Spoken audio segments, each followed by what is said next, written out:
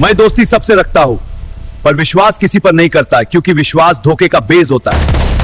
ये पाठ इश्क और विश्वास के अंतर्द्वंद को बड़ी गहराई से चित्रित करता है, जहां संजय सेठी मानवीय संबंधों में धोखे की संभावना के प्रति सचेत रहने की सलाह देते हैं।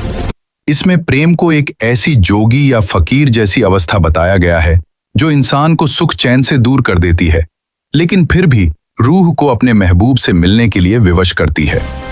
लेखक संजय सेठी के अनुसार मोहब्बत एक ऐसी अबूझ पहेली है जिसे कोई समझ नहीं पाया है, क्योंकि ये इंसान को दुनिया की नजरों में रुलाती है, पर रूहानी तौर पर किसी गहरे मकसद से जोड़ देती है। अंततः यह स्रोत प्रेम की पीड़ादायक प्रकृति और इसमें सर्वस्व न्योछावर करने के बाद मिलने वाले अकेलेपन का एक काव्यात्मक वर्णन प्रस्तुत करता है। दोस्ती, विश्वास और धोखे का बीज और उसके बाद इश्क की कहानी इस गाने के बाद आगे सुने। मैं दोस्ती सबसे रखता हूं, पर विश्वास किसी पर नहीं करता, क्योंकि विश्वास धोखे का बीज होता है।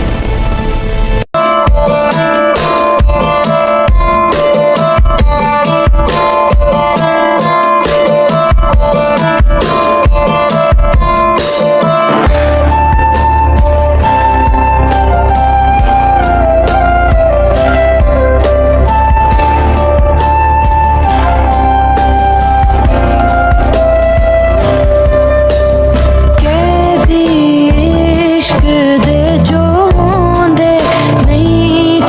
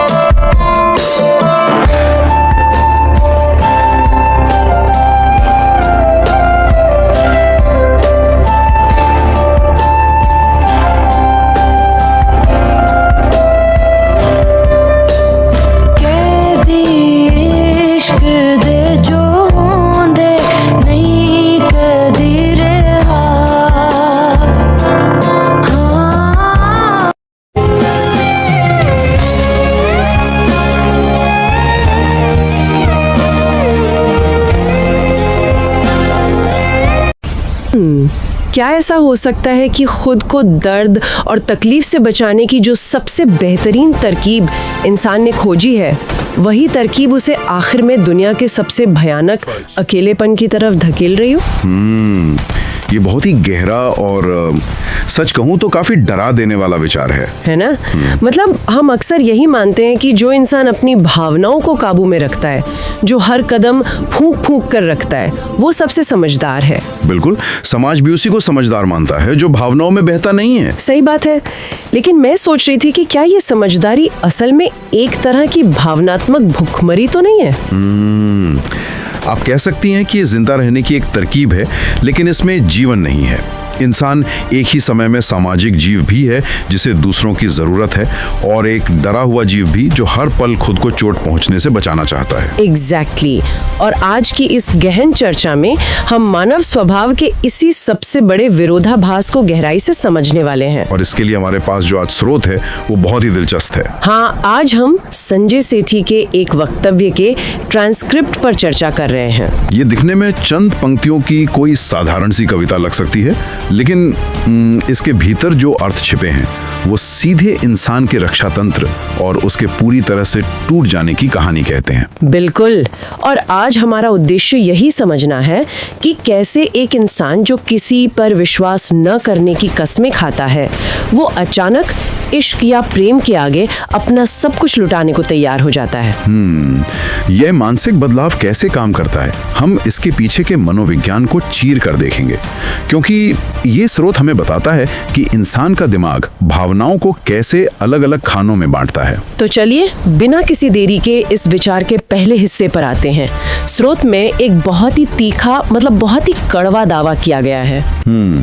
वो दोस्ती और विश्वास वाला हिस्सा? हाँ, उसमें कहा गया है, मैं दोस्ती सबसे रखता हूँ पर विश्वास किसी पर नहीं करता, क्योंकि विश्वास धोखे का बीज होता है। ये बात सुनने में बहुत ही कठोर लगती है। बहुत कठोर। लेकिन अगर हम इसे भावनाओं के चश्मे से हटाकर देखें, तो क्या ये विशुद्ध भावनात्मक पूंजीवाद नहीं है? मतलब निवेश की एक बहुत ही चालाक रणनीति। बिल्कुल सही कहा आपने। ये रणनीति न केवल चालाक है, बल्कि ये हमारे मस्तिष्क के काम करने के तरीके का एक सीधा परिणाम है। हमारा दिमाग मूल रूप से हमें जिंदा और सुरक्षित रखने के लिए डिजाइन किया गया है। Survival mode. हाँ, सर्वाइवल मोड। तो जब स्रोत में कहा जाता है कि दोस्ती सबसे रखता हूँ, तो यहाँ दोस्ती का मतलब किसी गहरे आत्मिक जुड़ाव से नहीं है। तो फिर यहाँ दोस्ती का क्या मतलब है? यहाँ दोस्ती एक सामाजिक मुद्रा है, एक तरह की सोशल करेंसी है। समाज में रहने के लिए आपको लोगों से मुस्कुराकर मिलना होता है, नेटवर्क बनाना होता है। अच्छा, मतलब सिर्फ ऊपरी तौर पर अच्छे संबंध बनाए रखना। एग्जैक्टली। क्योंकि दिमाग जानता है कि सिर्फ मुस्कुराने और बातें करने में कोई खतरा नहीं है। लेकिन मैं यहाँ थोड़ा रुकना चाहूंगी। क्या दोस्ती और विश्वास को सच में इस तरह से अलग किया जा सकता है? आप ऐसा क्यों पूछ रही हैं? क्योंकि मतलब हम तो हमेशा से यही सुनते आए हैं कि जहाँ दोस्ती है वहाँ विश्वास तो होना ही चाहिए। क्या ये कोई बनावटी विभाजन नहीं है जो इंसान ने अपनी सुविधा के लिए बना लिया है? ये बनावटी बिल्कुल नहीं है। मनोविज्ञान के नजरिए से ये एक बहुत ही गहरा विभाजन है। जब हम किसी से सामान्य दोस्ती करते हैं तो हम अपनी कोई भी कमजोरी उसके सामने नहीं रखते। हम बस अपना अच्छा पहलू दिखाते हैं। सही कहा, हम अपनी छवि पर पूरी तरह नियंत्रण रखते हैं। लेकिन विश्वास का जो मैकेनिज्म है वो बिल्कुल अलग है। विश्वास का मतलब ही है नियंत्रण को छोड़ देना, खुद को असुरक्षित कर लेना। हाँ, जब आप किसी पर विश्वास करते हैं तो आप मनोवैज्ञानिक रूप से उस इंसान को एक हथियार सौंप देते हैं और बस ये उम्मीद करते हैं कि वो आप पर वार नहीं करेगा। अरे बाप रे, ये तो बहुत बड़ा जोखिम है ना? इसी स्थिति को हम अपनी कमजोरी जाहिर करना कहते हैं, और इंसानी दिमाग का जो हिस्सा खतरों को भांपता है वो इस स्थिति को एक अलार्म की तरह देखता है। इसे समझने के लिए मुझे शेयर बाजार का एक उदाहरण याद आ रहा है। शेयर बाजार कैसे? जैसे एक बहुत ही चतुर और सतर्क निवेशक कभी भी अपना सारा पैसा एक ही कंपनी में नहीं लगाता, है ना? बिल्कुल, वो पोर्टफोलियो डाइवर्सिफाई करता है। एग्जैक्टली। वो अपना पैसा 10 अलग अलग कंपनियों में बांट देता है। तो ये हो गई हमारी दोस्ती।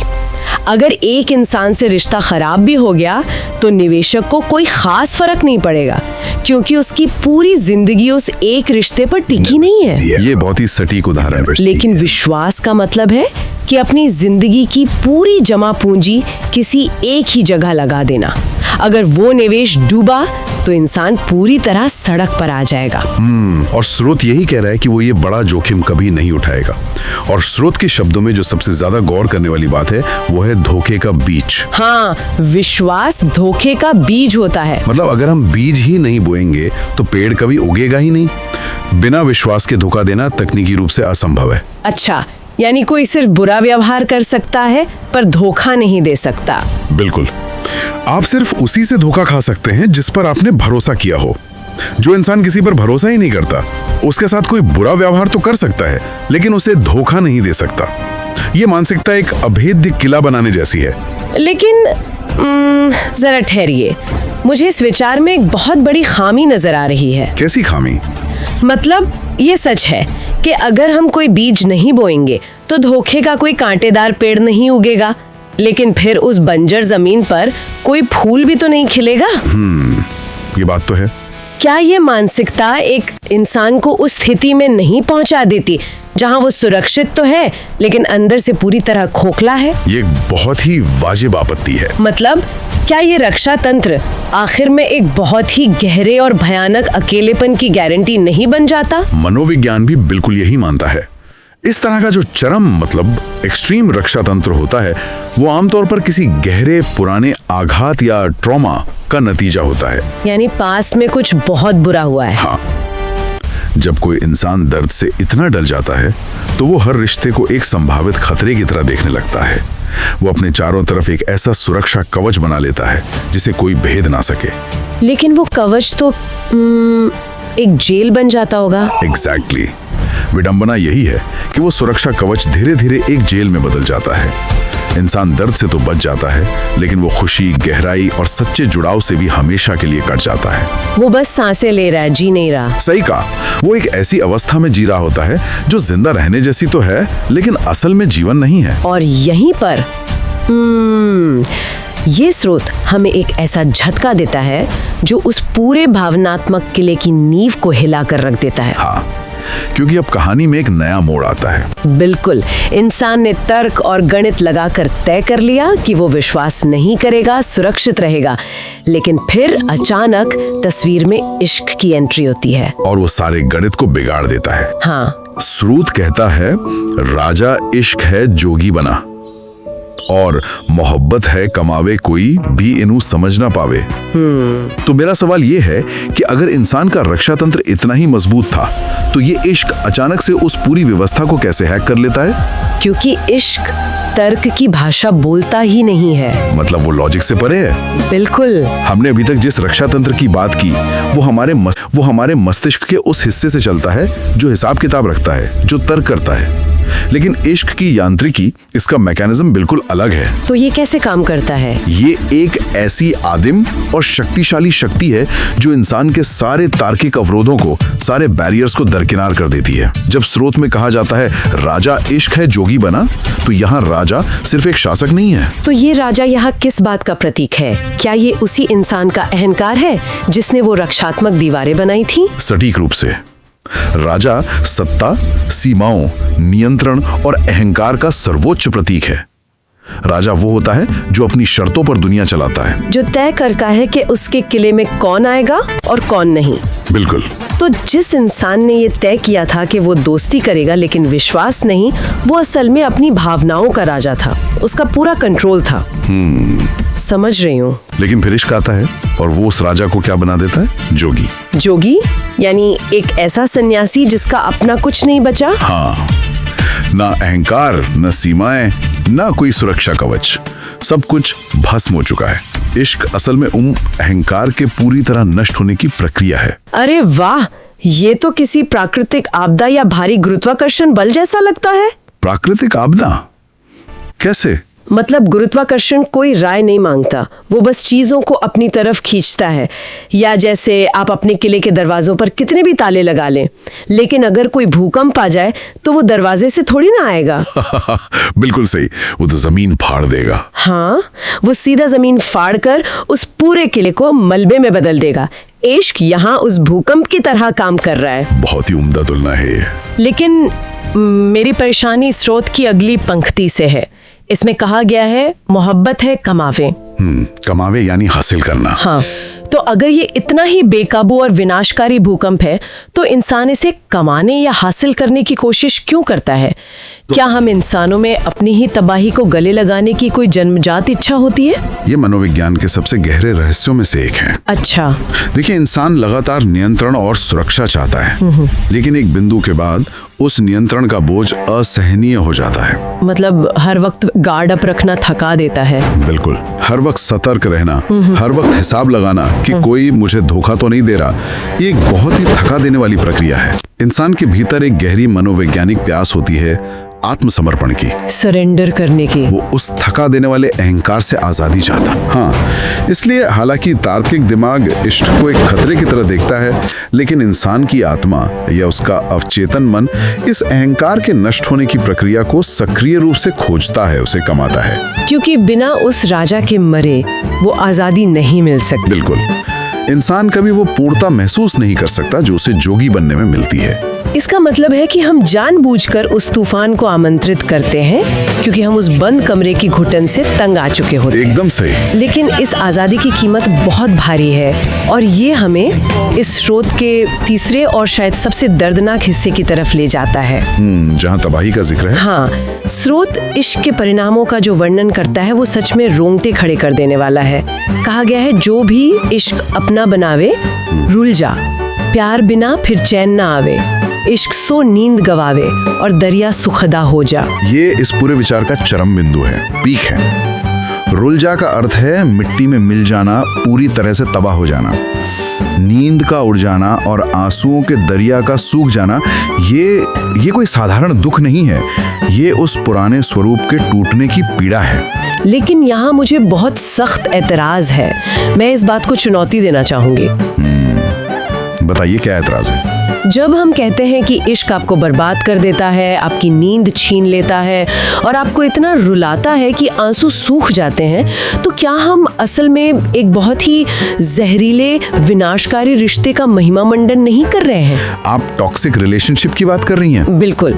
आज के समय में इसे टॉक्सिक रिलेशनशिप ही कहा जाएगा, जहां एक इंसान दूसरे को बर्बाद कर रहा है। तो हम इसे पवित्र इश्क का नाम देकर उस तबाही को सही क्यों ठहरा रहे हैं? ये एक बहुत ही जरूरी और तीखा सवाल है और इस अंतर को समझना बहुत महत्वपूर्ण है। तो क्या अंतर है इनमें?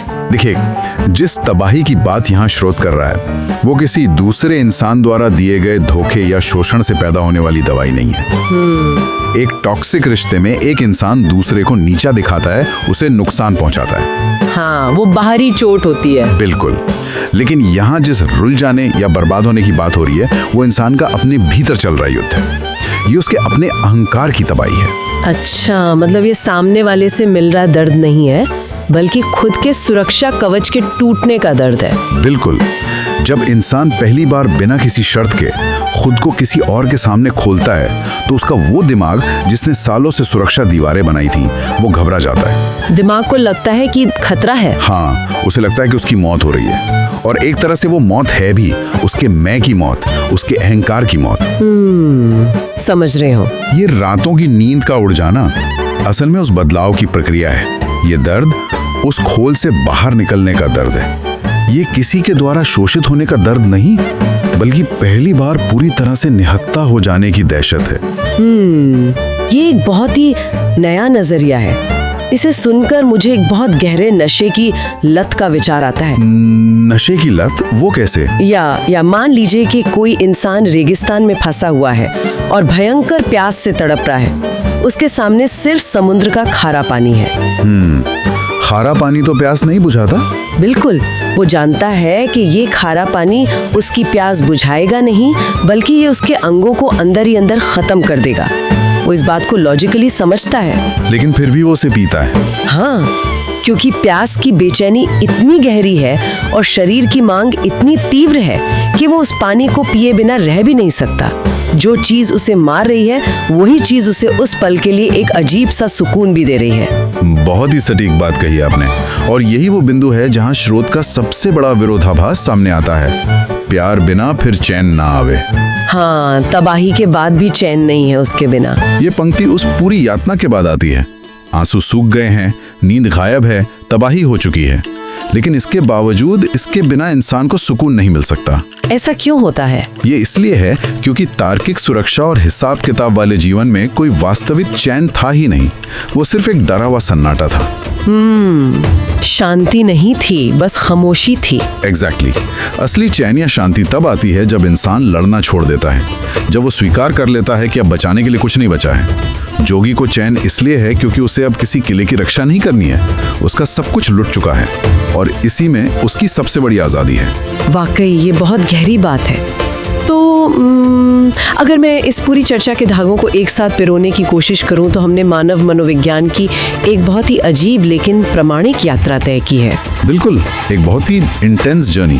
हम शुरू होते हैं एक ऐसे इंसान से जो बहुत ही चतुर और रक्षात्मक है, जो कहता है कि वो दोस्ती नाम की सोशल करेंसी तो बांटेगा, लेकिन विश्वास नाम की अपनी असली पूंजी तिजोरी में बंद रखेगा, ताकि कोई उसे धोखा न दे सके। हाँ, वो हर मुमकिन खतरे का हिसाब रखता है। और वो अपनी जगह बिल्कुल सही भी है, क्योंकि वो तर्क का पालन कर रहा है। विश्वास सच में धोखे की बुनियादी शर्त है। लेकिन फिर प्रकृति या कह लें इंसान के ही भीतर बैठा कोई गहरा आदिम आवेग उस तार्किक व्यवस्था को पलट देता है। इश्क की एंट्री होती है। हाँ, इश्क एक ऐसी सर्वशक्तिमान इकाई बनकर आता है जिसके सामने वो चतुर निवेशक, वो भावनाओं का राजा अपने ही हाथों से अपनी तिजोरी खोल देता है और जोगी बन जाता है। वो उस दर्द, उस तबाही और उस अहंकार के विनाश को न सिर्फ स्वीकार करता है बल्कि उसे कमाने के लिए अपनी पूरी जिंदगी लगा देता है। ये दर्शाता है कि इंसान अंततः सुरक्षा से ज्यादा पूर्णता और आत्मविस्तार चाहता है। बिल्कुल। ये हमें ये समझने में मदद करता है कि हम इंसानों का दिमाग कितना जटिल है।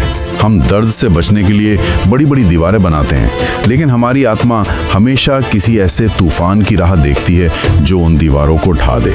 क्योंकि अंततः बिना दीवारों के खुली हवा में रहना ही असली जीवन है, भले ही उसमें तूफान का खतरा हो। एकदम सही। ये सचमुच एक ऐसा विश्लेषण है जो इंसान को खुद के भीतर झांकने पर मजबूर कर देता है। एक तरफ हमारे भीतर वो डरा हुआ व्यक्ति बैठा है जो हिसाब लगा रहा है, और दूसरी तरफ वो जोगी है जो सब कुछ लुटाकर राख मलने को तैयार है। दोनों ही हमारे ही हिस्से हैं। हम सभी के भीतर ये दोनों मौजूद हैं। बिल्कुल। अब जब हम इस गहन चर्चा के अंतिम पड़ाव पर आ गए हैं तो एक ऐसा विचार है जो इस पूरे स्रोत की धुरी को ही पलट कर रख देता है। वो क्या है? हमने शुरुआत में देखा कि इंसान का तर्क कहता है विश्वास हमेशा धोखे का बीज होता है। इंसान हर हाल में धोखे से बचना चाहता है। हाँ, वो किसी भी कीमत पर धोखा नहीं खाना चाहता। और फिर हमने देखा कि इश्क इंसान के सारे सुरक्षा कवच तोड़ देता है, उसका सब कुछ छीन लेता है, उसकी नींद उड़ा देता है और उसे इस कदर तबाह करता है कि आंसुओं के दरिया भी सूख जाते हैं। तो ये सोचने पर मजबूर कर देता है कि अगर विश्वास से धोखा मिलता है और इश्क से इतनी भयानक तबाही, तो क्या इश्क अपने आप में इस दुनिया का सबसे बड़ा, सबसे क्रूर और सबसे खूबसूरत धोखा नहीं है? ये तो बहुत ही स्तब्ध कर देने वाला विचार है ना? एक ऐसा धोखा जिसे इंसान न सिर्फ खुशी खुशी गले लगाता है बल्कि जिसे हासिल करने के लिए, जिससे छले जाने के लिए वो अपनी पूरी उम्र उस राजा से जोगी बनने की तलाश में गुजार देता है। वाकई इस बारे में जरूर विचार किया जाना चाहिए कि क्या इंसान का अंतिम लक्ष्य धोखे से बचना है या फिर सही धोखे की तलाश करना है। और इसी विचार के साथ हम आज की इस गहन चर्चा को यहीं विराम देते हैं। Like, subscribe, share my channel Sanjay Setia world money.